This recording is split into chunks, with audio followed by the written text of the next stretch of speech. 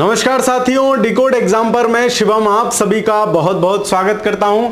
आपकी प्रारंभिक परीक्षा जो पीसीएस प्रारंभिक परीक्षा है उसको ध्यान में रखते हुए और आपकी आरओ की प्रारंभिक परीक्षा को ध्यान में रखते हुए डिकोड एग्जाम की तरफ से ये एक फ्री क्रैश कोर्स लॉन्च किया गया था जो लगभग अब अपने अंतिम समय की ओर है, अंतिम चरणों की ओर है।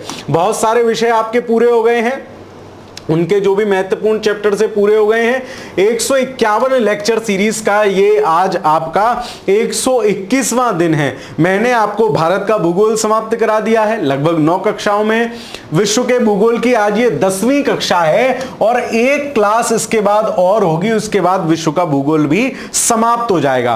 प्राचीन भारतीय इतिहास और मध्यकालीन भारतीय इतिहास भी मैंने आपको समाप्त करा दिया है। जल्द ही आपको इन सब्जेक्ट्स के कंपाइलेशन वीडियो भी पूरे जैसा कि आप लोगों का डिमांड था वो भी मिल जाएंगे। तो एक बहुत बेहतरीन crash course free of cost decode exam की तरफ से डिजाइन किया गया था, सिर्फ किस लिए, ताकि विद्यार्थियों के इस रिवीजन वाले समय में बढ़िया तरीके से चीजें चल सके, है ना। चूंकि अब मे बी संभवतः अभी प्रॉपर नोटिफिकेशन नहीं है, शायद आपकी परीक्षा आगे बढ़ जाए, तो आप अगर आगे बढ़ती है तो आप इनको दोबारा से एक बार रिवाइज कर सकते हैं चीजों को। कैसे? प्रॉपर शेड्यूल इनका जो है आपको दिया गया है। हर वीडियो के लिंक में एक गूगल डॉक्स लिंक आपको मिल जाएगा जिसमें प्रॉपर इनका जो है डिटेल्ड आपको एनालिसिस है कि भाई पहली क्लास किस विषय की होगी, किस अध्यापक की होगी, दूसरी किस विषय किस अध्यापक की। डेली 2 क्लासेस का प्रावधान है, डेली 2 घंटा की वीडियो है, 2x 1.5 पे करके देख लो, आपको 1-1.5 घंटे में समाप्त हो जाएगा। दिन भर अपना पढ़ो, शाम को ये रिवाइज कर लो, तो बहुत बेहतरीन तरीके से चीजें आपकी रिवाइज हो जाएंगी। इस सबके साथ साथ एक काम जो आप कर सकते हो वो डिकोड एग्जाम की टेस्ट सीरीज। ये टेस्ट सीरीज पीसीएस प्रारंभिक परीक्षा और एज वेल एज आरओ प्रारंभिक परीक्षा के लिए भी वैल्यूएबल है। 7000 प्रश्नों की यह श्रृंखला है और 7000 प्रश्नों में 4000 प्लस 3000 प्रश्नों का एक महत्वपूर्ण जो है दस्तावेज है। 4000 प्रश्न वो हैं जो मेंटरशिप वाले हैं, जो मेंटरशिप प्रोग्राम के विद्यार्थी हैं, उनको ये 3000 प्रश्न 15 फुल लेंथ टेस्ट उसी में इंक्लूड मान लीजिए, ये उनके लिए फ्री ऑफ कॉस्ट हैं। लेकिन जो विद्यार्थी नए इस टेस्ट सीरीज में एनरोल होना चाहते हैं उनके लिए 7000 प्रश्न, 4000 प्रश्नों में 2500 प्रश्न आपको जीएस के मिलेंगे, 1000 प्रश्न आपको हिंदी के मिलेंगे, 500 प्रश्न आपको सीसेट के मिलेंगे। मतलब आप समझो, और 4000 इन प्रश्नों की डिटेल्ड सॉल्यूशन आपको मिलने वाला है, इनकी डिटेल व्याख्या आपको मिलने वाली है, पीडीएफ व्याख्या और एज वेल एज वीडियो व्याख्या भी। तो अपने आप में एक बहुत महत्वपूर्ण टेस्ट सीरीज हो जाती है। इसके साथ साथ 15 फुल लेंथ टेस्ट आपको मिलेंगे। जैसा कि आपको पता है आरओ की परीक्षा के लिए पैटर्न अब आपका ये हो गया है कि 3 घंटे का ही एक ऑफिशियल एग्जाम होगा जिसमें हिंदी प्लस जीएस आएगा। ऑफिशियल नोटिफिकेशन भी आ चुका है ना। चलिए, तो आपको अब उसी हिसाब से प्रैक्टिस करनी है, तो आपको जो फुल लेंथ टेस्ट दिए जाएंगे वो इसी प्रकृति से दिए जाएंगे। तो आप ये कर लें, बहुत बेहतरीन टेस्ट सीरीज है। वीडियो सॉल्यूशन जो इन 4000 प्रश्नों के हैं उसके माध्यम से सबसे बड़ा लाभ ये है कि आपको मैं उसमें बताता दिखूंगा कि भाई प्रश्नों को सॉल्व कैसे करना है। जो प्रश्न समझ में ना आ रहा हो, जिसका फैक्ट ना पता हो, लेकिन कुछ प्रश्न ऐसे हिंट छोड़ते हैं कि आप ना जानते हुए भी उनके आंसर्स लगा सकते हैं, तो ऐसे प्रश्नों को कैसे सॉल्व करें, ये सब चीज मैं आपको इसके अंतर्गत बताता मिलूंगा। तो आपने अगर कोई टेस्ट सीरीज नहीं ली है या कोई टेस्ट सीरीज लेने का सोच रहे हैं तो आंख बंद करके आप इस टेस्ट सीरीज पे भरोसा कर सकते हैं। बहुत बेहतरीन, बहुत अच्छा कंटेंट आपको इसके माध्यम से मिलने वाला है। फिर भी यदि आपको कोई दिक्कत हो तो ये संस्थान के ऑफिशियल फोन नंबर्स हैं, इन पर व्हाट्सएप कर सकते हैं या इन पर कॉल कर आप और भी जो भी जानकारी चाहें वो ले सकते हैं। चलिए, तो शुरुआत करते हैं आज के अपने टॉपिक की। आज हमें पढ़ना है हवाएं। पछुआ पवनें क्या होती हैं, पूर्वा पवनें क्या होती हैं, इन सबको देखेंगे। वन की प्रजाति उनको देखेंगे और भारत में जो जनजातियां हैं उनको देखेंगे। ये 3 बड़े टॉपिक आज हम बेसिकली पढ़ने वाले हैं। चलिए, तो शुरुआत करते हैं पहले टॉपिक से, हवाएं। हवाएं होती क्या हैं, सबसे पहले ये समझो। हवाएं धरातल पर हवाएं होती क्या हैं पहले ये समझो। तो हवाएं क्या हैं? धरातल पर चलने वाले कुछ आइटम हैं, देख लो क्या है। हवाएं धरातल पर वायु दाब की क्षैतिज विषमताओं के कारण चलती हैं। मैं आपको 3 दिन से हवाएं हवाएं करा रहा हूं, कहीं ना कहीं किसी न किसी स्वरूप में पढ़ा ही रहा हूं। मैं आपको हर जगह बता रहा हूं हवा किधर से किधर चलेगी, हाई प्रेशर से लो प्रेशर। क्यों? उसके पास ज्यादा दबाव हवा मान रहा है, हाई प्रेशर है, सामने वाला खुला खुला पड़ा है। एक कमरे में 20 बालक, सेम बराबर के कमरे में 5 बालक। बताओ बालक किधर से किधर जाएंगे? सर बालक जाएंगे जिधर कम बालक होंगे, मतलब 20 वाले में से 5 वाले की तरफ। तो ऐसी हवा जाती है हाई प्रेशर से लो प्रेशर की तरफ, तो हवा भी जाएगी हाई प्रेशर से लो प्रेशर। और प्रेशर कैसे बनते हैं? टेम्परेचर के कारण। कि सर जहां हाई टेम्परेचर है, जहां क्या है, जहां हाई टेम्परेचर है, मतलब टेम्परेचर ज्यादा, हवा को हमने क्या करा, गर्म होकर हवा हल्की हो गई, ऊपर उठ गई, मतलब लो प्रेशर की गारंटी है। जहां लो टेम्परेचर है, मतलब क्या, हवा सिकुड़ेगी, जैसे गर्मी में तुम भी फैलते हो ऐसे ही हवा भी फैलती है। तो हवा हल्का प्रेशर कर लेती है, जाड़ों में तुम सिकड़ते हो हवा भी सिकड़ती है, मतलब हाई प्रेशर होगा, इसकी गारंटी है। और हवा किधर से किधर चलेगी? हाई प्रेशर से लो प्रेशर। सिंपल कहानी है। चलिए आगे चलते हैं। हवाएं उच्च वायु दाब से निम्न वायु दाब वाले क्षेत्र की ओर चलती हैं। एक बेसिक कॉन्सेप्ट अगर ये नहीं समझ में आया तो विश्व के भूगोल की बहुत सारी चीजें मिस कर दोगे। चलो, यदि पृथ्वी स्थिर होती है ना, मतलब पृथ्वी अस्थिर है, अस्थिर क्या कहें, घूम रही है। पृथ्वी अगर शांत होती और उसका घनत्व तो धरातल समतल होता तो पवन उच्च वायु दाब से निम्न वायु दाब वाले क्षेत्र में चल रही होती, समदाब रेखाएं समकोण बनाती हुई होती। परंतु वास्तविक स्थिति यह है कि पृथ्वी अपने अक्ष पर घूर्णन कर रही है। चुपचाप हवा ऐसे से ऐसे चल रही थी, इस रिमोट से ऊपर से नीचे। ये रिमोट चाचा घूमने लग गए, ऐसे करके घूमने लग गए तो क्या हुआ? हवा डिस्टर्ब होगी, हवा की डायरेक्शन बदलती है। ठीक है, अतः हवाएं अन्य शक्तियों के कारण अपनी दिशा में परिवर्तन करती हुई चलती हैं। ये शक्तियां क्या हैं? दाब प्रवणता बल। पहली शक्ति क्या है? दाब प्रवणता बल। दो भिन्न वायु दाब वाले क्षेत्रों के बीच जब हवाएं चलती हैं, अर्थात दो स्थानों के बीच दाब प्रवणता जितनी ज्यादा होगी, हाई प्रेशर से लो प्रेशर में जितना डिफरेंस होगा, हवा की इंटेंसिटी उतनी ज्यादा होगी।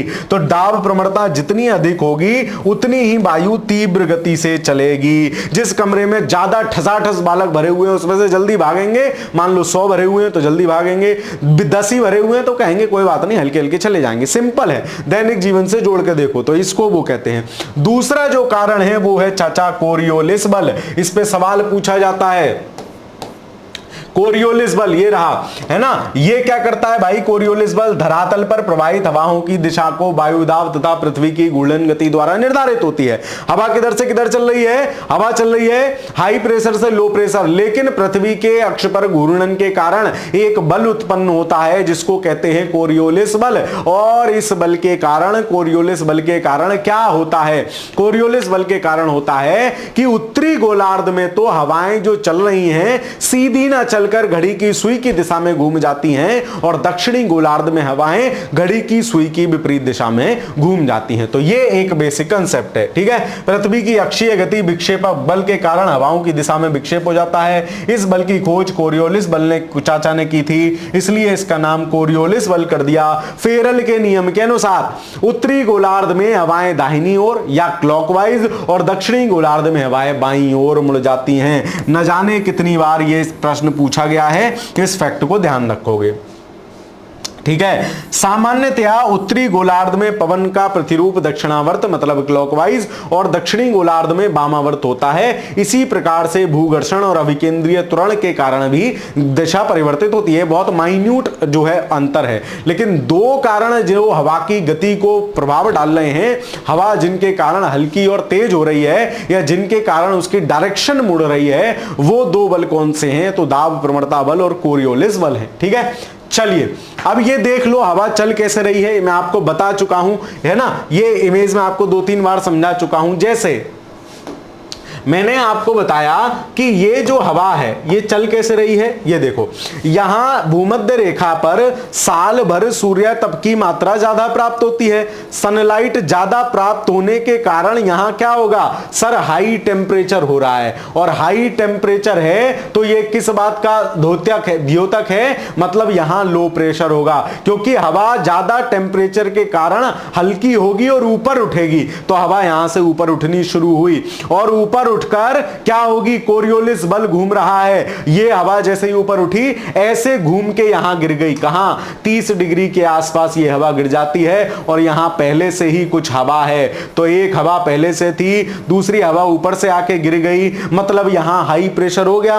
5-5 बच्चे दोनों कमरे में थे, दूसरे कमरे में 4 बालक पहले वाले कमरे के आ गए, तो क्या होगा, इधर प्रेशर बढ़ जाएगा। अब प्रेशर बढ़ेगा तो ये तो चली ऐसे हवा, और जो अब नीचे नीचे हवा चलेगी, मतलब एक तो ऊपर वाली हवा ये गई, हवा उठी और हवा गिरी, अब नीचे से समानांतर भी तो हवा चलेगी ना, तो ये जो हवा चलेगी तो ये हो गया लो प्रेशर, ये हो गया हाई प्रेशर। हवा किधर से किधर चलेगी, ऐसे चलनी चाहिए, सीधी सीधी सीधी सीधी हवा चलनी चाहिए, लेकिन अब बीच में आ गए एक और चाचा जिनका नाम है कोरियोलिस बल। कोरियोलिस बल क्या कर रहा है कि उत्तरी गोलार्ध में हवा को घड़ी की सुइयों की दिशा में मोड़ देता है। मतलब अगर ये घड़ी की सुई होती तो ये इधर की तरफ ही चलती, तो ऐसे देखो हवा मुड़ गई, ये देखो जो काले काले वाले हवा के निशान हैं, हवा घड़ी की सुई की दिशा में मुड़ गई, और इधर ये सीधी चल रही थी, तो इसने कहा घड़ी की सुई तो ऐसे मुड़ेगी, तू इधर को मुड़ जा, मतलब एंटी क्लॉकवाइज। तो दक्षिणी गोलार्ध में कोरियोलिस बल के कारण हवाएं एंटी क्लॉकवाइज और उत्तरी गोलार्ध में क्लॉकवाइज मुड़ जाती हैं। सिंपल कॉन्सेप्ट है, ठीक है। चलो आगे चलते हैं, ये हो गया। फिर यहां क्या है, यहां बिल्कुल ध्रुवों पे क्या है, बिल्कुल टेम्परेचर पहुंच ही नहीं रहा है, ध्रुवों पे टेम्परेचर नहीं पहुंच रहा है ना, तो यहां क्या हो गया, यहां लो प्रेशर क्रिएट, यहां हाई प्रेशर क्रिएट हो जाएगा, क्योंकि यहां लो टेम्परेचर है, यहां भी हाई प्रेशर क्रिएट हो जाएगा।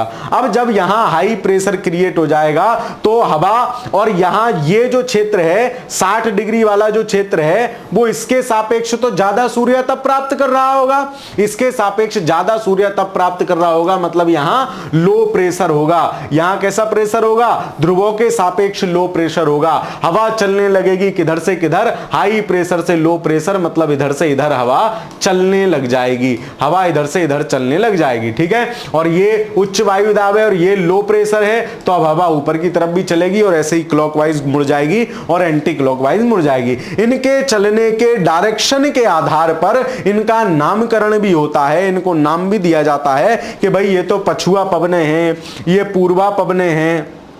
ये किस आधार पे होता है, इनके डायरेक्शन के बेस पे, भी आगे देखेंगे इस बात को भी, ठीक है। चलिए तो आगे चलते हैं। तो एक कोरियोलिस बल और दाब प्रवणता बल, इन दो बलों के कारण हवाओं की डायरेक्शन चेंज हो रही है, ये देख लो, है ना।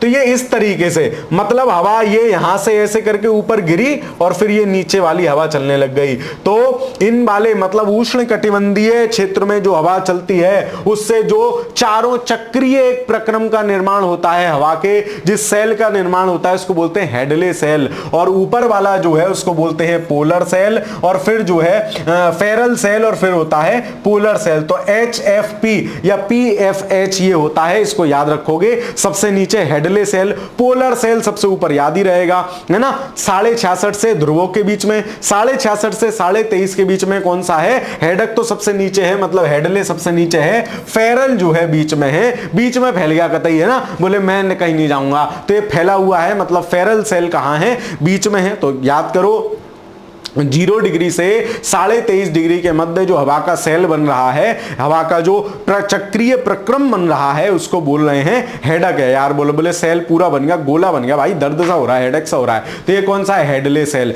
बीच वाला बीच में फैला हुआ है, मतलब फेरल सेल, और सबसे ऊपर वाला तो पोलर सेल बनेगा ही, ध्रुवीय सेल या ध्रुवीय चक्रीय प्रक्रम तो बनेगा ही। तो इस तरीके से ये चीजें होती हैं। आगे चलते हैं। अब हवाओं को कई तरीके से बांटा जाता है, इस मैप के माध्यम से आप आसानी से समझ लोगे। जैसे कुछ हवाएं होती हैं स्थायी रूप से जो चलती हैं, तो स्थायी पवनें, जब स्थायी है तो अस्थायी भी होगी या सामयिक। भाई अस्थायी कहें कि आज चल रही थी कल नहीं चल रही, तो मतलब अस्थायी पवन है, या सामयिक मतलब किसी किसी समय पर चलती हैं, या मैं इनको लिख दूं अस्थायी पवनें। मैं क्या लिख सकता हूं, मैं इनको लिख सकता हूं अस्थायी पवनें। तीसरी पवनें होती हैं स्थानीय पवनें, जो मतलब इन दोनों में से ही किसी का भाग होंगी, लेकिन वो स्थान विशेष पे चल रही हैं, स्थान विशेष के आधार पर उनका नामकरण हो जाता है। तो सबसे पहले स्थायी पवनें और अस्थायी पवनें या सामयिक पवनों को समझ लेते हैं। स्थायी पवनें कौन सी होती हैं? जो वर्ष भर चलेंगी, है ना। तो वर्ष भर कौन सी पवनें चलती हैं? ये वाली जो पवन चल रही हैं, ये जो चल रही हैं पृथ्वी पर, ये वर्ष भर चलती हैं हाई प्रेशर लो प्रेशर के कारण। तो इनमें से एक कहलाती है व्यापारिक पवन, एक कहलाती है पछुआ पवन, एक कहलाती है ध्रुवीय पवन। अभी देखेंगे, समझेंगे।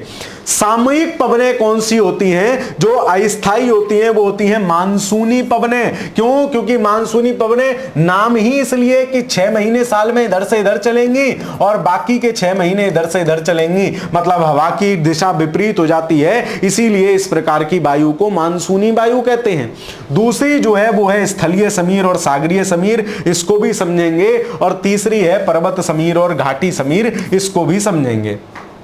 बाकी ये स्थानीय पवनें ये आपसे पूछी जाती हैं मैचिंग में। एक सवाल समझ लो, यहां से पूछा ही जाएगा। अभी आगे वाली स्लाइड आएगी जहां से पूछा जाएगा, बता दूंगा, उसको अच्छे से देख समझ लेना, याद भी कर लेना, ठीक है। तो अब स्थायी पवनें सबसे पहले देखते हैं कौन कौन सी हैं। देखो भाई, हवाओं के प्रकार, हवाओं को 3 प्रकार में बांटा गया है। हमने पीछे उस पे देख लिया, मैं क्या कहते हैं, पूरा एक उसके माध्यम से 3 प्रकार में बांटा गया है। कौन कौन सी है? प्रचलित पवन या भूमंडलीय पवनें, या मैं इनको क्या कह सकता हूं, स्थायी पवनें जो हमने देखी वो हैं ये स्थायी पवनें। क्या कह रहे हैं? ये हवाएं वर्ष भर निश्चित दिशा में प्रवाहित होने वाली हवाएं हैं। इनके अंतर्गत व्यापारिक पवनें आती हैं, पछुआ पवनें आती हैं और ध्रुवीय पवनें आती हैं। ये देख लो, ये रही स्थायी पवनें, व्यापारिक पवनें, पछुआ पवनें, ध्रुवीय पवनें, ये हैं। लेकिन ये हैं कहां? इनको भी तो दिखाओ सर। ये रहा पूरा ये वाला। अब देखो, ये 0 डिग्री अक्षांश, ये 30 डिग्री या 23 डिग्री इसके आसपास। अब इनके बीच में जो पवनें चल रही हैं, इनको बोलते हैं व्यापारिक पवनें। क्या बोलते हैं? व्यापारिक पवनें। क्यों? क्योंकि ये पवनें ऐसे माना जाता था कि पुराने समय में जब जहाज इत्यादि के मार्ग से समुद्री व्यापारिक मार्गों से व्यापार होता था, तो इन पवनों के हेल्प से, वो बड़े से ढप्पू सा लगा हुआ तुमने जहाज देखा होगा, वो किस लिए था? वो इसीलिए था कि हवा जो है इनको डायरेक्शन देती रहती थी। तो उसी हिसाब से व्यापारी भी चलते थे कि कब हवा चलेगी, जब हवा चलेगी तब मैं चलूंगा, उसी डायरेक्शन में जाऊंगा। तो ये व्यापारिक पवनें व्यापार में हेल्प करती थी। इसलिए अब नामकरण इनका कैसे हो रहा है? इनका नामकरण हो रहा है देखो इस तरीके से, जिधर से ये आ रही है। अब मान लो हवा ये आ रही है, मैं यहां अभी डायरेक्शन का साइन बना दूं। कैसे आ रही है? किधर से आती हुई प्रतीत हो रही है? ऐसा लग रहा है कि उत्तर पूर्व की तरफ से आ रही है। भाई जा तो इधर रही है ना, इधर कौन सी डायरेक्शन होगी? ये उत्तर, ये पूर्व। तो ऐसा लग रहा है कि उत्तर पूर्व से आ रही है, इसलिए इसका नाम हो गया उत्तर पूर्वी व्यापारिक पवनें। नीचे वाली ऐसे जा रही है, मतलब किधर से जा रही होगी? ऐसे जा रही होगी, मतलब दक्षिण पश्चिमी। ये पश्चिम, ये सॉरी पूर्व, और ये दक्षिण, तो ये हो जाएगी दक्षिण पूर्वी हवा। याद कैसे रख लोगे? उत्तरी गोलार्ध में उत्तर पूर्वी है, दक्षिणी गोलार्ध में दक्षिण पूर्वी है। नाम दोनों का व्यापारिक पवनें हैं। मतलब जो उष्ण कटिबंध में हवाएं पाई जा रही हैं वो व्यापारिक पवनें हैं। उसके सिवा पछुआ पवनें दूसरी होती हैं। पछुआ पवनें तो ये हैं, ये दोनों तरफ से पश्चिम से आती हुई प्रतीत हो रही हैं, इधर से इधर चल रही हैं, इधर से इधर चल रही हैं। इसमें और देख लो, इसमें आसानी से समझ में आएगा। ये है पछुआ पवनें, ये है पछुआ पवनें जो 30 से लेके 60 के बीच चलती हैं। भाई इधर से आती हुई दिख रही है ना, तो इधर कौन सी डायरेक्शन है? पश्चिम, तो इनको पछुआ पवनें इसलिए कह रहे हैं। ऐसे इधर से आ रही हैं तो इधर भी पश्चिम से आती हुई प्रतीत हो रही हैं, क्योंकि ध्रुवों की तरफ कोरियोलिस बल का मान ज्यादा होता है। तो यहां तो ये थोड़ी सी घूमी, जैसे मान लो ये दीदी थी, इसको कोरियोलिस चाचा ने बोला कि बेटा इधर घूम जा, तो ये व्यापारिक पवनों में तो इतनी घूमी, और पछुआ में ये इतनी घूम जाती है, तो ऐसा लगता है कि पश्चिम से आ रही है।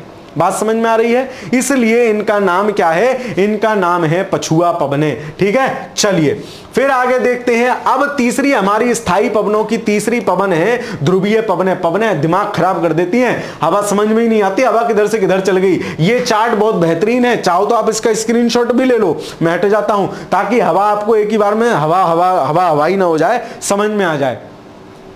तो स्थायी पवनों में व्यापारिक पवनें हो गई जो कहां चल रही हैं 0 से 30 डिग्री देश अक्षांशों के मध्य। पछुआ पवनें 30 से लेके 60 डिग्री अक्षांशों के मध्य। और ध्रुवीय पवनें कहां चलेंगी 90 से लेके 60 डिग्री अक्षांशों के मध्य। तो ध्रुवीय पवनें क्यों, क्योंकि ये ध्रुव से आती हुई प्रतीत हो रही हैं। ये वाली पवनें जो बच गई है ना, ये पवनें जो बच गई ये ध्रुवीय पवनें हैं 60 से 90 के बीच में, तो इनको ध्रुवीय पवनें कहते हैं। तो ये सब कैसी हो गई स्थायी पवनें हो गई। देखो यही जितनी कहानी लिखाई है यही आपको यहां लिखी हुई मिलेगी। देखो 3 मतलब वर्ष भर जो प्रवाहित होती हैं वो हैं, और कौन कौन सी हैं व्यापारिक पवनें। फिर दूसरी कह रहा है कि इसके अंतर्गत एक व्यापारिक है, एक पछुआ है और एक ध्रुवीय है। अब दिमाग लगाओ, अगर तुम्हारे दिमाग के घोड़े खुल रहे हैं, आंसर दे पा रहे हो। व्यापारिक पवनें किधर से किधर चलेंगी या कितने डिग्री अक्षांशों के मध्य चलती हैं सर 0 से 30 डिग्री अक्षांश के मध्य। पछुआ पवनें लाली कहां चलती हैं 30 से 60 डिग्री अक्षांश के मध्य। और पूर्वा पवनें या मैं कहूं ध्रुवीय पवनें कहां चलती हैं, तो ध्रुवीय पवनें चलती हैं आपकी 90 से 60 के मध्य। तो इसको याद रखोगे। व्यापारिक पवनों का दिया है यही उपोष्ण उच्च दाब वायु पेटी से विषुवत रेखीय निम्न वायु दाब पेटी। कठिन बनाने के लिए वायु दाब पेटी बना दी। ये कौन सी थी, ये उष्ण कटिबंधीय निम्न दाब पेटी थी। ऊपर वाली कौन सी थी, ये कौन सी थी, ये उपोष्ण कटिबंधीय उच्च वायु दाब पेटी थी। ये शीतोष्ण कटिबंधीय निम्न वायु दाब पेटी थी। ये ध्रुवीय उच्च वायु दाब पेटी थी। तो ऐसे पेटी पेटी में फंसा के तुम्हारा दिमाग का नाश कर देंगे, इसलिए ज्यादा टेंशन मत लो। दूसरी पछुआ पवनें, तो ये जो है वहां से वहां चलती हैं 30-35 से लेके 60-65 के मध्य। ये याद रखो खाली, ये सब स्थायी पवनें हैं तीनों। और पूर्वा जो वो पश्चिम में पछुआ क्या कहते हैं ध्रुवीय पवनें थी वो जो है और चलती हैं। तो ये देख लो शीत ऋतु। फिर इन्होंने पूरी कहानी दी है कि दक्षिणी गोलार्ध में स्थल की कमी के कारण, है ना, तो ये देखो ये हो जाती हैं दक्षिणी गोलार्ध में स्थल की कमी के कारण। मतलब ये पृथ्वी है तो ज्यादातर जो महाद्वीप है ना वो इस वाले भाग में, ये पूरा एशिया यूरोप यहाँ है, थोड़ा सा अफ्रीका भी इसमें है, तो ये ज्यादा इसमें है।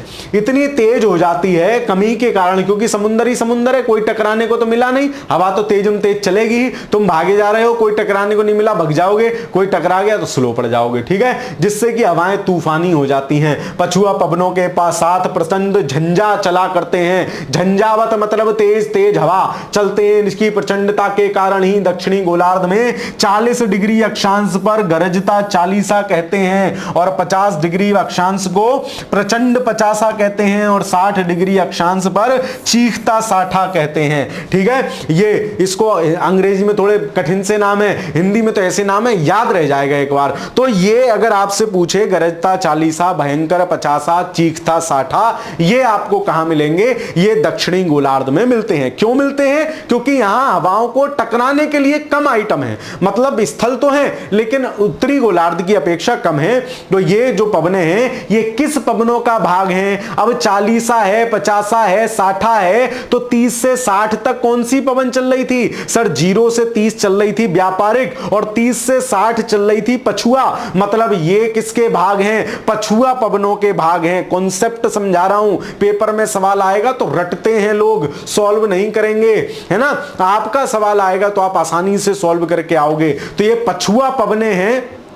दूसरी बात दक्षिणी गोलार्ध में ही है। यह सवाल न जाने कितनी बार पूछा गया है, इसको याद रखना। वेलिंगटन न्यूजीलैंड की राजधानी है जो गरजती चालीसा हवाओं के मार्ग में पड़ती है। एज ए फैक्ट है, ध्यान रख लेना, सवाल पूछा गया है। ध्रुवीय पवनें ध्रुवीय उच्च वायुदाब से उप ध्रुवीय निम्न वायुदाब पेटी की ओर चलती हैं। ध्रुवीय पवनें हमेशा ध्यान रखना, यूनिवर्सल ट्रूथ है ना, क्या कि हवाएं हमेशा उच्च वायुदाब से निम्न वायुदाब की तरफ चलेंगी, और उच्च वायुदाब है तो मतलब टेम्परेचर कम है, और लो प्रेशर है तो मतलब टेम्परेचर ज्यादा है। सिंपल कॉन्सेप्ट है, ठीक है। चलिए आगे चलते हैं।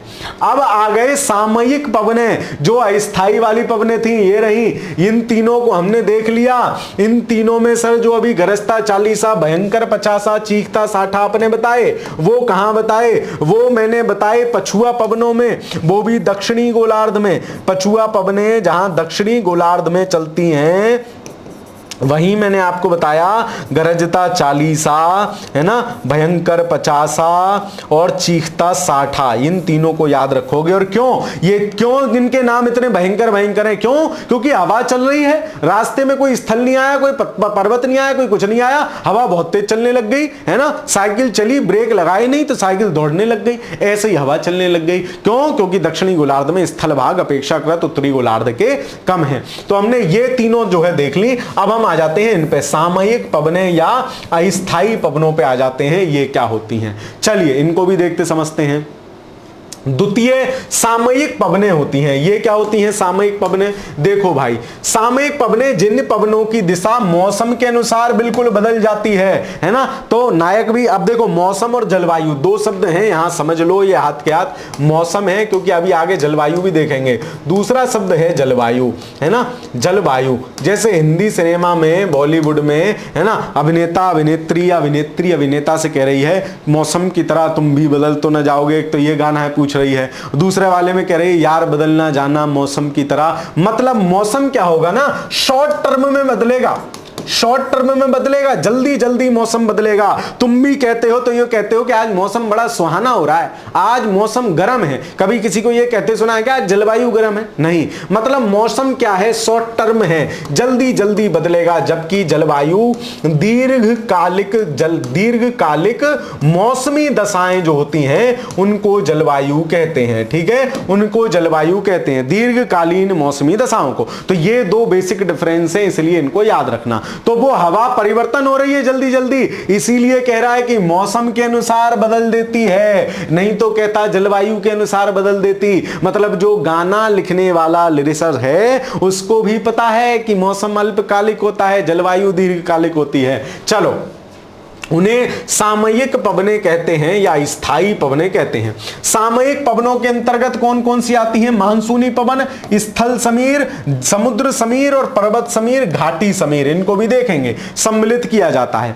मानसूनी पवनें कौन सी हैं? वे हैं जिनकी दिशा ऋतु के अनुसार बिल्कुल उलट जाती है। ये पवनें ग्रीष्म ऋतु में 6 मास में समुद्र से स्थल की ओर तथा शीत ऋतु में स्थल से समुद्र की ओर चलती हैं। जब भारत में मानसून आता है, भारत में मानसून सामान्यतया जून माह में आता है। और याद करो जून माह में सन की स्थिति क्या होती है? 23.5 डिग्री जो है ना, 23.5 डिग्री के आसपास सूरज होता है ना। 23.5 डिग्री सितंबर में पहुंच जाएगा भूमध्य रेखा पे। हाँ, जून में सितंबर और फिर दिसंबर में पहुंच जाएगा बिल्कुल नीचे। हाँ, 23.5 डिग्री के आसपास सूरज होता है। अब सूरज जब जून में 23.5 डिग्री के आसपास है तो क्या होगा? यहां क्या होगा? यहां, और ये है समुद्र, मतलब नीचे टेम्परेचर कम होगा इसकी अपेक्षा। यहां क्योंकि सूरज लंबवत चमक रहा है 23.5 के आसपास जून में, कल आपको बताया था, मतलब यहां क्या होगा? हाई टेम्परेचर होगा। और हाई टेम्परेचर का मतलब लो प्रेशर गारंटी। इसके सापेक्ष यहां क्या होगा? नीचे समुद्री एरिया में यहां लो टेम्परेचर होगा, और लो टेम्परेचर होगा तो हाई प्रेशर होगा। मतलब हवा हाई प्रेशर से लो प्रेशर चलेगी। तो जून में जो मानसून आ रहा है उसमें हवाएं समुद्र से स्थल की ओर चलती हैं। बताओ समझ में आया कि नहीं? आ गया। अब इसका अपोजिट सोचो, सूरज चाचा चले गए कहां? अपने घर। कब का समय आ गया? समय आ गया सितंबर का, समय आ गया सितंबर का। तो सूरज कहां लंबवत हो गया? यहां। और सूरज नीचे जाने की जुगाड़ में है। क्यों? भूमध्य रेखा पे लंबवत है और अभी अब और नीचे जाएगा, है ना, 23.5 डिग्री दक्षिणी अक्षांश तक जाएगा। तो सूरज नीचे जाने की जुगाड़ में है। मतलब अब यहां क्या होगा? यहां हाई टेम्परेचर होगा, तो यहां क्या होगा? लो प्रेशर होगा इसी जगह। और अब यहां हाई प्रेशर होगा। क्यों? क्योंकि यहां लो टेम्परेचर है। तो अब हवा किधर से किधर चलेगी? हवा चलेगी इधर से इधर। मतलब एक ही स्थल रूप है, लेकिन साल के 6 महीने हवा चली तुमाम से मेरी तरफ, और बाद के 6 महीने हवा चल दी मेरे से तुम्हारी तरफ। मतलब मानसूनी हवा उन्हीं को कहते हैं जो प्रति 6 माह में अपनी डायरेक्शन चेंज कर लेती हैं। तो ये हो गई मानसूनी हवाएं आपकी। ठीक है, चलिए, तो ये अस्थायी हवाएं हैं क्योंकि एक सी हमेशा नहीं चल रही है, इसलिए। डॉक्टर रामा शास्त्री के अनुसार मानसून बड़े पैमाने पर विस्तृत क्षेत्र में चलने वाली पवनें हैं। ये तमाम बातें दी है, कोई बात नहीं। अगला देखो स्थल समीर और समुद्र समीर, इनको समझ लो होता क्या है। जब निकला सूरज, देखो हमेशा ध्यान रखना कि पानी आराम से ही गर्म होता है, आराम से ही ठंडा होता है। क्या? पानी आराम से ही गर्म होता है, आराम से ही ठंडा होता है। फॉर एग्जाम्पल, एक बाल्टी में रेता भर के छत पे रख दो, धूप में रख दो, एक बाल्टी में पानी भर के रख दो, 2 घंटे बाद जाओ, रेते में हाथ डालने में तुम्हारा हाथ जल जाएगा, पानी हल्का गुनगुना हुआ होगा। मतलब पानी आराम से गर्म होता है। जब गर्म आराम से होगा तो ठंडा भी आराम से होगा। रेता इसके अपोजिट है, या स्थल खंड इसके अपोजिट है, गर्म भी जल्दी हो जाएगा, ठंडा भी जल्दी हो जाएगा। सामान्य नियम है जीवन का। जिस आदमी गुस्सा जल्दी आता है वो शांत भी जल्दी हो जाता है, जिसको देर में आता है, कभी कभी आता है, उसको पेट भर के आता है, मतलब फिर उसका आराम से शांत होता है। ऐसे ही इनका हिसाब है। अब देखो, ये है दिन की स्थिति और ये है रात की स्थिति। दोनों स्थिति यहां दी हुई है। दिन की स्थिति में क्या होगा, दिन में मान लो 4 घंटा धूप पड़ी, 4 घंटा धूप पड़ी तो पानी क्या होगा 4 घंटे में स्थल की अपेक्षा कम गर्म होगा। होगा कि नहीं? जैसे रेता जल्दी गर्म हो रहा है, पानी आराम से हो रहा है, ऐसे। अब जब ये ज्यादा गर्म होगा मतलब यहां हाई टेम्परेचर होगा। हाई टेम्परेचर होगा तो हवा को जब गर्मी दी, हवा उछल के भागने लग गई, जैसे तुम भागने लग जाते हो, हवा भग गई, मतलब यहां क्या हो गया, लो प्रेशर क्रिएट हो गया। ठीक। अब इसके अपोजिट सेम टाइम पे ये जितना टेम्परेचर है उससे तो ये कम होगा, मतलब लो टेम्परेचर है। लो टेम्परेचर है तो इधर क्या होगा, हाई प्रेशर होगा। दिन में हवा किधर से किधर चलेगी, ठंडी सागरीय समीर चलेंगी हाई प्रेशर से लो प्रेशर की तरफ, तो दिन में सागर की तरफ से तुम्हारे पास ठंडी ठंडी हवा आएगी। ठीक। रात में क्या होगा, रात में क्या होगा, ये जो स्थल खंड है ये जल्दी से ठंडा हो जाएगा, मतलब लो टेम्परेचर हो जाएगा, और ये क्या होगा, देर से ठंडा होगा, मतलब हाई टेम्परेचर होगा। अब हाई टेम्परेचर अगर यहां होगा इसका मतलब क्या है, हाई टेम्परेचर मतलब सर लो प्रेशर, तो ये क्या हो जाएगा, लो प्रेशर हो जाएगा, और इधर क्या हो जाएगा, हाई प्रेशर हो जाएगा। हवा चलेगी हाई प्रेशर से लो प्रेशर की तरफ। तो जब समुद्र से हवा आती हुई दिखती है इसको हम बोलते हैं समुद्री समीर, मतलब समुद्र से हवा आ रही है। स्थल से हवा आती है इसको हम बोलते हैं स्थल समीर। क्या बोलते हैं, स्थल समीर। तो ये समुद्र समीर और स्थल समीर बताओ समझ में आया कि नहीं। तो मैं आपसे कहूं समुद्र समीर कब चलेगा, मतलब समुद्र की तरफ से हवा चलेगी, मतलब समुद्र पे हाई प्रेशर, मतलब समुद्र का लो टेम्परेचर, मतलब दिन। क्लियर बात, एकदम क्लियर। ठीक है, चलो तो इसको पढ़ लेते हैं। थ्योरी क्या कह रही है, समुद्र तट के साथ साथ 20 से 30 किलोमीटर चौड़ी पट्टी प्रभावित होती है। दिन के समय समुद्र की अपेक्षा स्थल जो है समुद्र की अपेक्षा शीघ्र गर्म हो जाता है, यही बात मैंने बताई। अतः वायु के गर्म होने से स्थल पर निम्न वायुदाब क्षेत्र बनता है। ये रहा लो प्रेशर, है ना, निम्न वायुदाब क्षेत्र बनता है, और समुद्र में उच्च वायुदाब क्षेत्र बनता है। दिन के समय समुद्र से स्थल की ओर आर्द्र और ठंडी, आर्द्र और ठंडी कैसे है, समुद्र के ठंडे ठंडे पानी में से ठहरती हुई हवा आ रही है, मस्त बहती हुई, जिस कारण इसे समुद्र समीर कहते हैं। रात्रि के समय स्थिति विपरीत हो जाती है, जिस कारण स्थल से समुद्र की ओर हवाएं चलती हैं, जिसे स्थल समीर कहते हैं। ठीक, तो दो समसामयिक या स्थायी हवाएं हो गई। कौन कौन सी, एक तो मानसूनी हवाएं हो गई, दूसरी हो गई आपकी समुद्र समीर स्थल समीर, तीसरी होती है पर्वत समीर और घाटी समीर। ये भी होती है माउंटेन ब्रिज और वैली ब्रिज। पर्वतीय प्रदेशों में दिन के समय घाटी की वायु गर्म होकर पर्वत के ढलान के साथ ऊपर उठती है, ठीक है, इसे घाटी समीर कहते हैं। और रात्रि के समय ये भी हाई प्रेशर लो प्रेशर का चक्कर है, समझ लो, 1 मिनट लगेगा। ये है मान लो पर्वत, क्या है, ये है पर्वत, ये क्या है, ये है घाटी,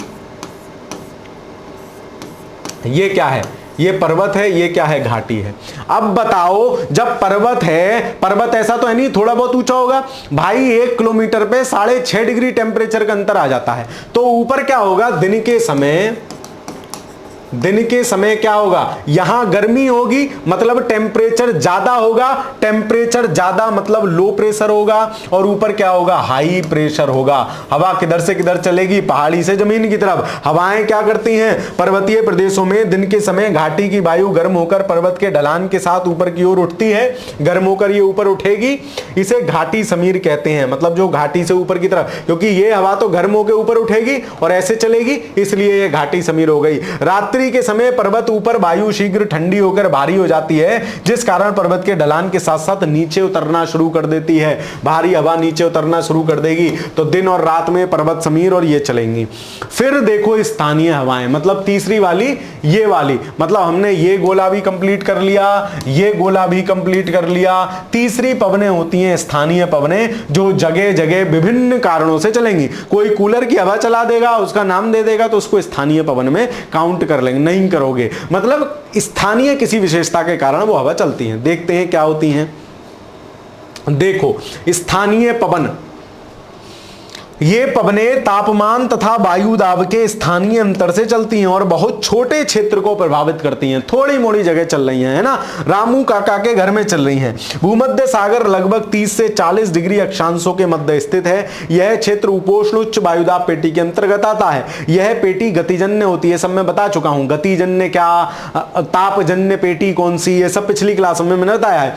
ग्रीष्म काल में इन अक्षांशों में व्यापारिक हवाएं और शीतकाल में इन अक्षांशों में पछुआ हवाएं चलती हैं।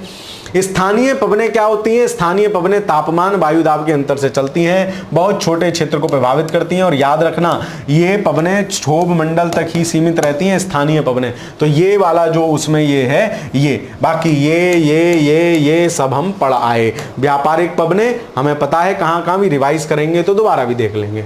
अब विश्व में बहुत सारी स्थानीय पवनें चल रही हैं। आपसे ठंडी गर्म तो कम ही सवाल पूछे जाते हैं, लेकिन कहां चल रही हैं ये सवाल बहुत पूछा जाता है। जैसे नॉर्दर्न हवा जो चलती है वो कहां चलती है, संयुक्त राज्य अमेरिका में। तो कैसे याद रखोगे, संयुक्त राज्य अमेरिका जो है वो उत्तरी अमेरिका महाद्वीप के नॉर्दर्न वाले भाग में ही तो है, नॉर्दर्न वाले भाग में है, ये रहा, है ना, ये है।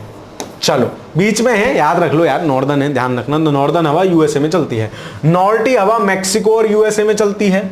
नॉर्टी हवा जो है वो मैक्सिको और यूएसए में, नॉर्टी का मतलब कर लो नॉर्डी, है ना। तो ये जो है अमेरिका में चलती है, ठीक है, याद कर लेना अपने हिसाब से। नॉर्टी, मैक्सिको और अमेरिका, ठीक है। चलो बिली बाब कहां चलती है, अलास्का में, है ना, अलास्का बिली बाब।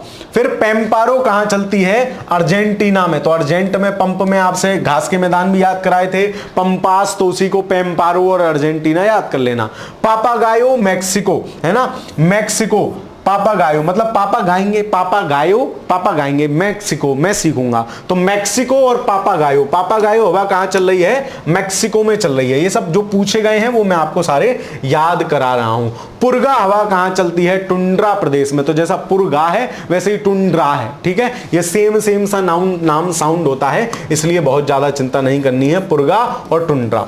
बाइज पूर्वी फ्रांस और स्विट्जरलैंड। तो बाइज मतलब जो लोग, बाइज मतलब अंग्रेजी का बाइज होता है होशियार। तो जो आदमी होशियार होते हैं पैसा कहां रखते हैं, सर स्विट्जरलैंड में रखते हैं। क्यों, क्योंकि ब्लैक मनी है, कोई पूछेगा नहीं। मतलब बाइज हवा कहां चल रही है, स्विट्जरलैंड में चल रही है। मिस्ट्रल बहुत पूछी जाती है, तो ये स्पेन और फ्रांस। कैसे याद रखोगे, मिस्ट्रल मतलब मिस्टर, कहां जाना आप पसंद करोगे। तो वो कह रहा है या तो मैं स्पेन जाऊंगा या फ्रांस में जाऊंगा। फ्रांस में कहां जाएगा भाई, पेरिस जाऊंगा। क्यों, पेरिस का सीन बड़ा अच्छा है। मतलब पेरिस किस नदी के किनारे है, सीन नदी के किनारे, याद कराया था। तो मिस्टर मतलब मिस्ट्रल कहां जाने का सोच रहे हैं, स्पेन या फ्रांस। बुरान हवा, रूस तो बेचारे, रूस पे बुराई आ ही रही है, तो बुरान बुराई क्यों आ रही है, कूट लिया है बगल वाले भैया को, तो बुरान रूस, है ना।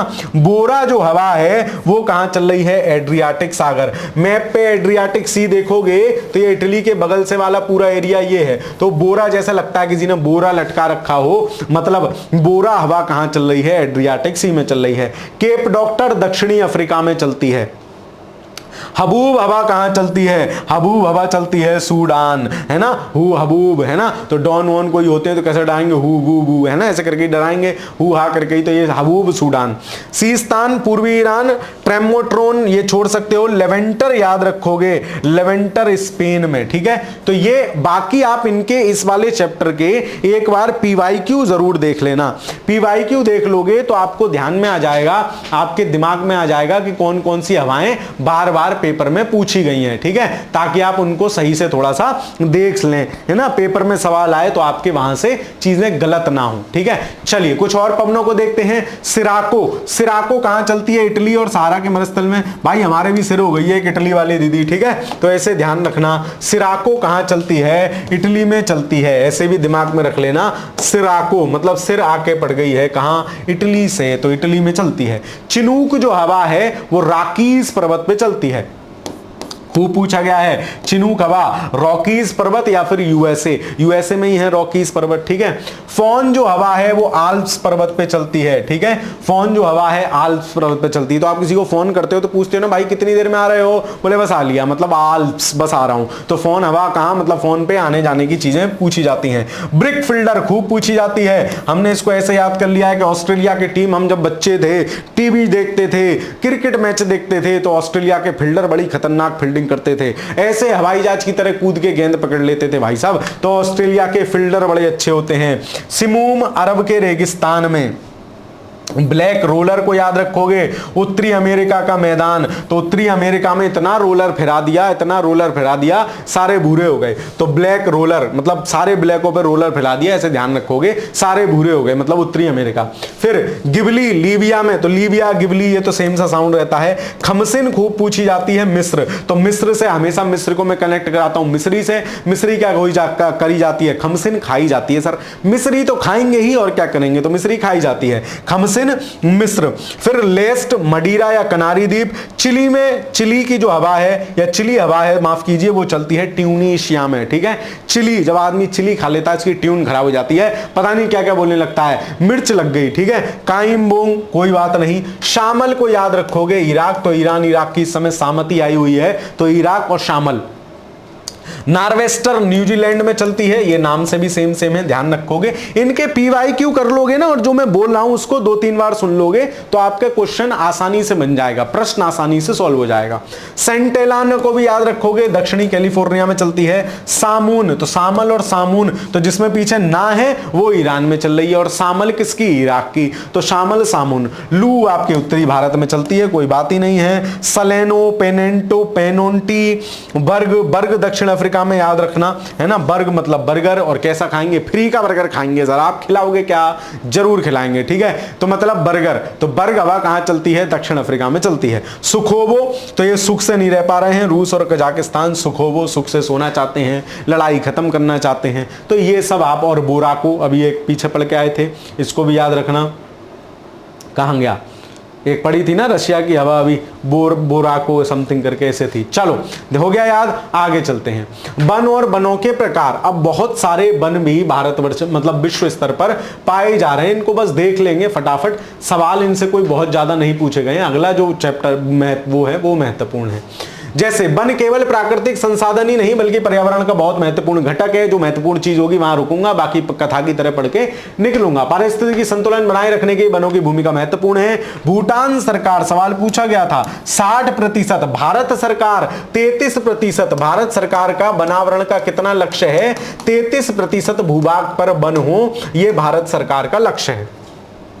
2020 में भूटान के 70% भाग पर वन है, और विश्व के आंकड़ों के अनुसार सर्वाधिक वन जापान के पास इतने हैं, सर्वाधिक नहीं है, इंडोनेशिया के पास 50% है, भारत के पास लगभग 24% है, ठीक है। अभी 2023 वाली रिपोर्ट नहीं आई है तो यही पढ़ना है। जबकि विश्व में सर्वाधिक सूरीनाम, बोले 13 ही नाम है, 97% भाग पे वन लिया पड़ा है भाई, 97% एरिया पे वन है सूरीनाम। 13 नाम याद कर लेना, सारे वन ही वन है। चलो फिर जलवायु कटिबंधों के आधार पर तो ये हमने भारत के भूगोल में भी पढ़े थे।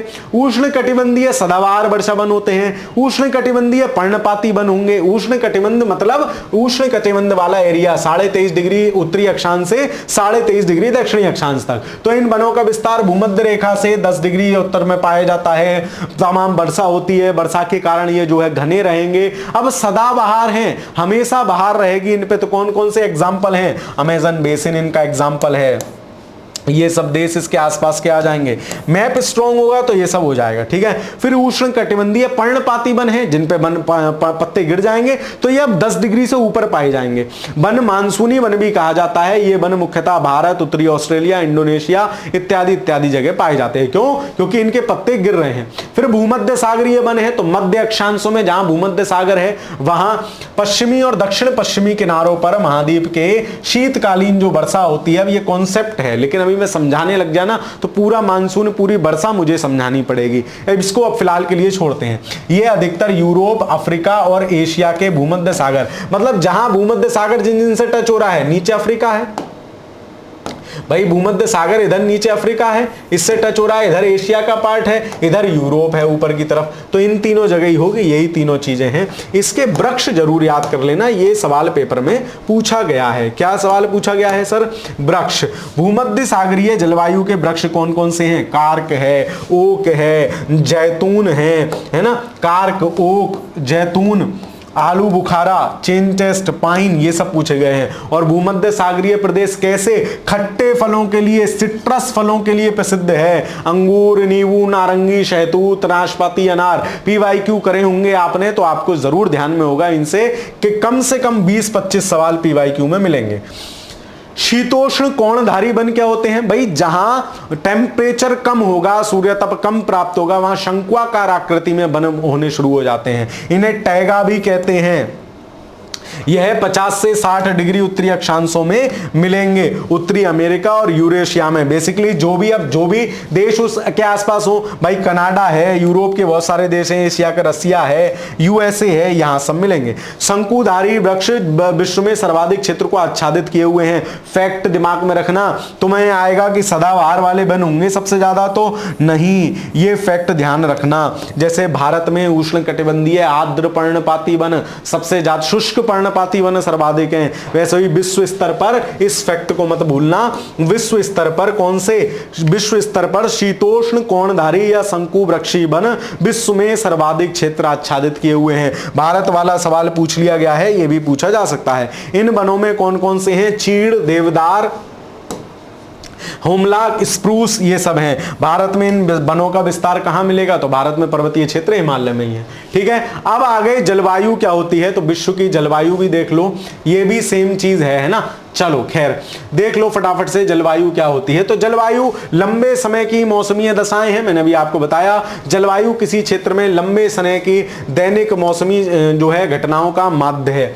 फिर क्या है? पृथ्वी को प्रमुख रूप से 3 जलवायु कटिबंध, भाई सारी चीजें इसी आधार पर। पृथ्वी 23.5 से 23.5 उष्ण कटिबंध है, तो यहां जो भी मिलेगा, वन मिलेंगे तो वो उष्ण कटिबंधीय वन मिलेंगे, जलवायु मिलेगी तो उष्ण कटिबंधीय जलवायु मिलेगी, सबको उसी से नामकरण किया जाएगा। उष्ण कटिबंधीय, शीतोष्ण कटिबंधीय और शीत कटिबंध। और यहां से 66 तक क्या होगा? शीतोष्ण कटिबंध होगा, और 66 से ऊपर तक क्या होगा? शीत कटिबंध होगा। सिंपल है बिल्कुल, ठीक है, उसी आधार पर डिफाइन है। विषुवत रेखा से ध्रुवों की ओर कटिबंधों का विस्तार क्रमशः होता है। एशिया महाद्वीप का विस्तार विषुवत रेखा में उत्तरी ध्रुव तक है। तमाम बातें हैं। अब विषुवत रेखीय जलवायु क्या है? विषुवत रेखा से वहां तक होगी, है ना, इसमें कुछ ऐसी पढ़ने वाली चीज नहीं है। फिर आगे आ जाओ, उष्ण कटिबंधीय मानसूनी क्या है? भाई विषुवत रेखा मतलब 0 डिग्री से 5 ऊपर 5 नीचे, या 10 ऊपर 10 नीचे, मैक्सिमम 0 डिग्री से। फिर उष्ण कटिबंधीय कितनी होगी? 10 से 23 तक, 25 तक, देख लो, 5 से 30 तक अक्षांशों तक। इसमें बहुत ज्यादा नहीं होना है। सर आपने 23 बता दिया तो 30 लिखा है ना, इनमें होता है, चलता है, क्योंकि सन की स्थिति ऊपर नीचे होने से इनका जो है मान चेंज होता रहता है। सवाना तुल्य जलवायु क्या होती है, ये थोड़ा सा देख लो।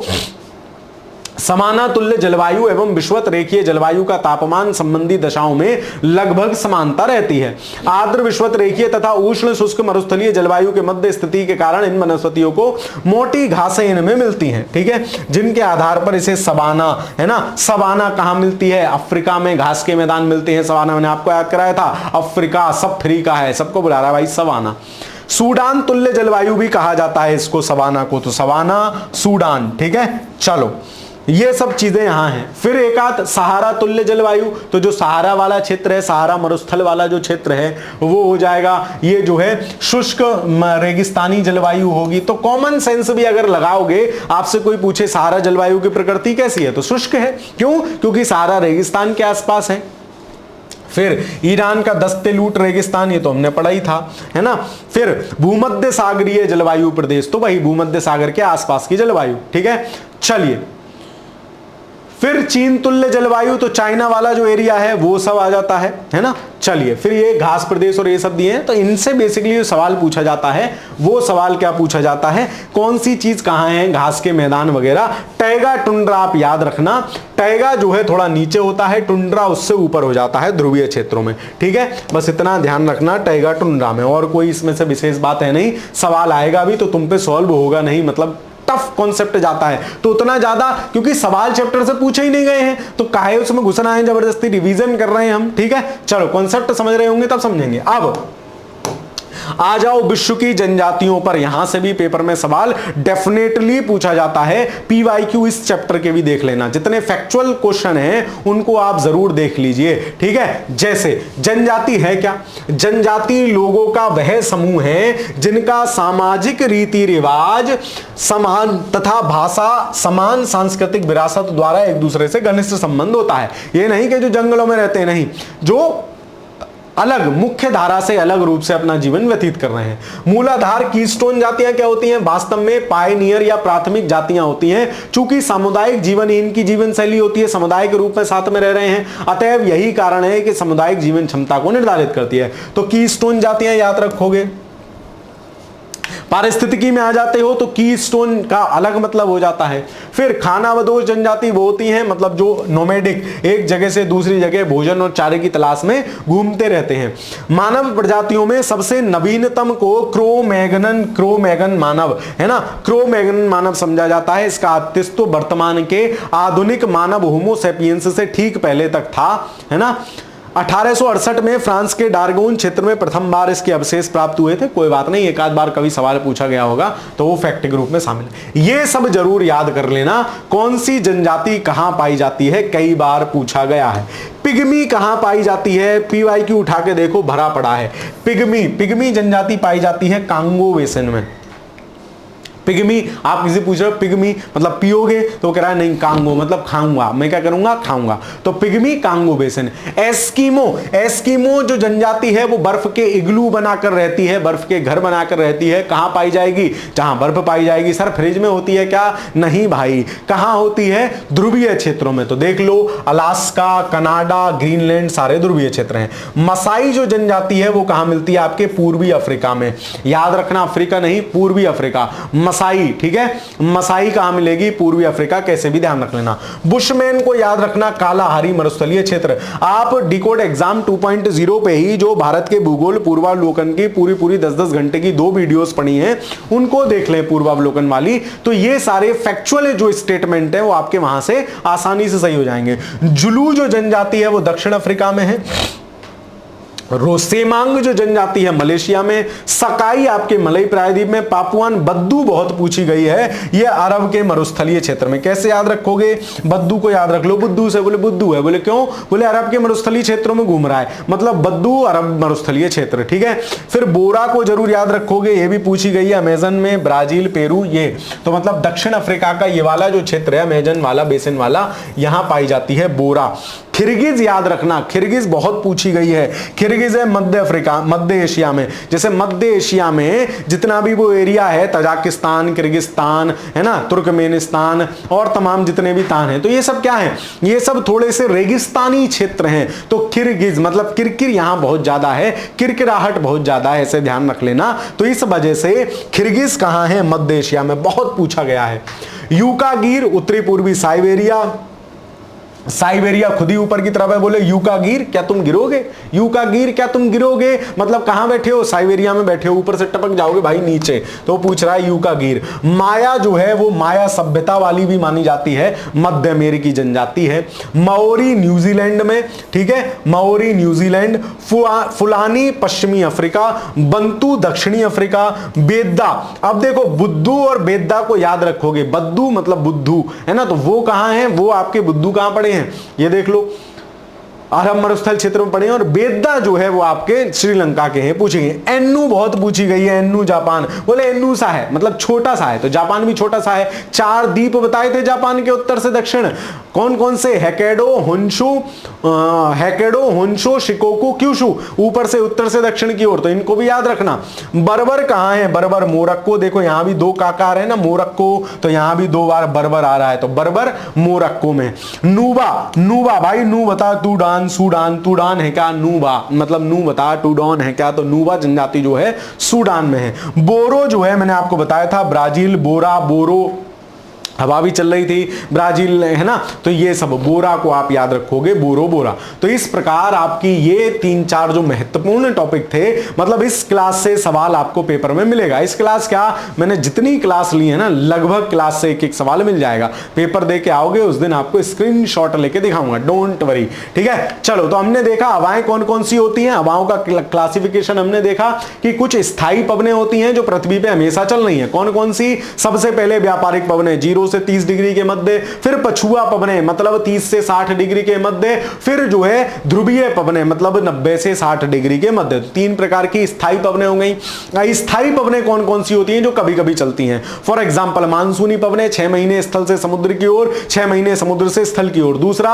समुद्र समीर, स्थल समीर दिन रात के साथ बदलती हैं। चौथा पर्वत समीर और जो है घाटी समीर, ये भी जो है दिन रात के साथ बदलती रहती हैं। फिर हमने देखा कुछ स्थानीय पवनें हैं, है ना, जो है चल रही हैं। फिर हमने ये सब इनको डिटेल में पढ़ा, है ना। चलिए, और हवाएं हमने देखी ही किस तरीके से चल रही हैं, इस सेल में देखा। ये 3 सेल हेडले, पोलर और फेरल, तो याद रखना फेलर वाला बीच में फैल गया है, मतलब बीच में जो है उसमें होगा, और पोलर तो ऊपर हो गई, नीचे बड़ा हेडक है, हवाएं घूम रही हैं, ठीक है। चलो, फिर हमने इसके बाद देखा, ये सब कथा पढ़ते हुए ये मैंने आपको बता ही दिया था, हवाओं के प्रकार, समुद्र समीर, स्थल समीर। समुद्र समीर कब चलेगी, दिन में, स्थल समीर। सिंपल कॉन्सेप्ट ध्यान रखना, टेम्परेचर हाई होगा तो प्रेशर लो होगा, टेम्परेचर लो होगा तो प्रेशर हाई होगा। अपने से याद रखना, टेम्परेचर लो होता है तो तुम सुकड़े हुए पड़े रहते हो, हवा भी सुकड़ती है, सुकड़ोगे तो प्रेशर छोटे एरिया में ज्यादा हो जाएगा, सिंपल है। और हवा हमेशा हाई प्रेशर से लो प्रेशर की तरफ चलती है, ठीक है।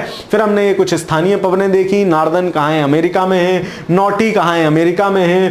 फिर पेम्पेरो कहां है, अर्जेंटीना में। पापागायो मैं सीखूंगा, मैक्सिको। पुरगा जो है मैंने आपको बताया, नाम से ही सेम लग रहा है, टुंड्रा प्रदेश या रशिया में। फिर 22 जो है स्विट्जरलैंड में 22 लोग अपना पैसा रखते हैं। मिस्टर कहां जाओगे तो फ्रांस या स्पेन जाएंगे। बुरान जो है रसिया, बुरा गया है मतलब बुरी तरह से। बोरा जो है एड्रियाटिक सागर में बोरा जैसे करके भर के रख रहे थे।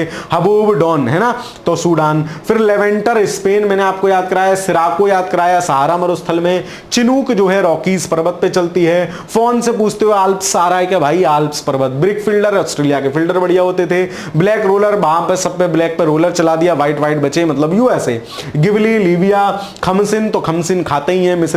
फिर चिली की ट्यूनीशिया, चिली खा के ट्यून बदल जाती है, तो ये सब हमने याद करी। फिर वन के प्रकार देखे। भारत का वन लक्ष्य 33 है, इस समय लगभग 24-24.5% वन है ना। सबसे ज्यादा वन पूरे विश्व में सूरीनाम के पास है 97.5%। फिर हमने देखे कहां कहां वन है। वन, जलवायु, इनको सबको पृथ्वी के ताप कटिबंध के आधार पर बांट देते हैं, तो ये सब हमने देखा, ठीक है। फिर हमने देखा जनजाति विश्व की, जनजातियां क्या होती हैं, जिनका अपना एक अलग सिस्टम से रह रही हैं, मुख्य धारा से अलग, है ना।